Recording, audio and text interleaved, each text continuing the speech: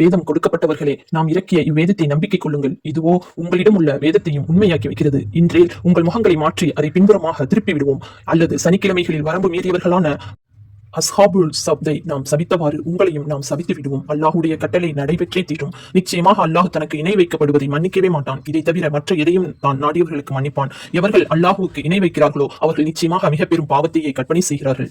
நபியே, பரிசுத்தவான்கள் என்று எவர்கள் தம்மை தாமே பரிசுத்தப்படுத்திக் கொள்கிறார்களோ அவர்களை நீர் கவனிக்கவில்லையா? அவர்கள் கூறுவது சரி என்று. அல்லாஹ் தாம் விரும்பிய நல்லவர்களை தான் பரிசுத்தமாக்கி வைப்பான். இவ்விஷயத்தில் எவரும் ஓர் அணுவளவும் அநீதி செய்யப்பட மாட்டார்கள். நபியே, அல்லாஹுக்கு இணையுண்டென்று எவ்வாறு அவர்கள் அபாண்டமான பொய்யை கற்பனை செய்கின்றனர் என்பதை நீர் கவனிப்பீராக. பகிரங்கமான பாவத்திற்கு இதுவே போதுமான உதாரணமாக இருக்கிறது. நபியே, வேதத்தில் ஒரு பாகம் கொடுக்கப்பட்டவர்களை நீர் பார்க்கவில்லையா? அவர்கள் சிலைகளையும் சைத்தான்களையும் நம்பிக்கை கொண்டு மற்ற நிராகரிப்பவர்களை சுட்டிக் காண்பித்து இவர்கள்தான் உண்மை நம்பிக்கையாளர்களை விட மிகவும் நேரான பாதையில் இருக்கின்றனர் என்று கூறுகின்றனர்.